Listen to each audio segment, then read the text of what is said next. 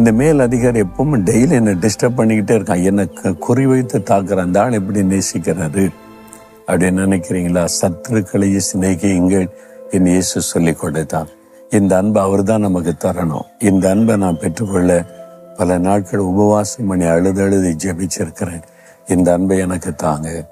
என்னை போல மற்றவங்களை நேசிக்கணும், சத்துருக்களை நேசிக்கணும்னு. இதை கேளுங்க.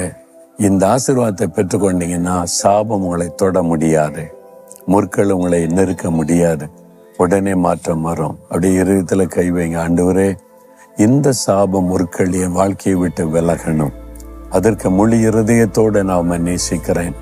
நான் மற்றவர்களை என்னை போல நேசிக்க ஒப்பு கொடுக்கிறேன். அந்த அன்பை எனக்கு தாங்க.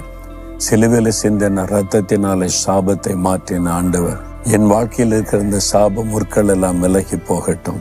இயேசுவின் நாமத்தில் ஆமேன், ஆமேன்.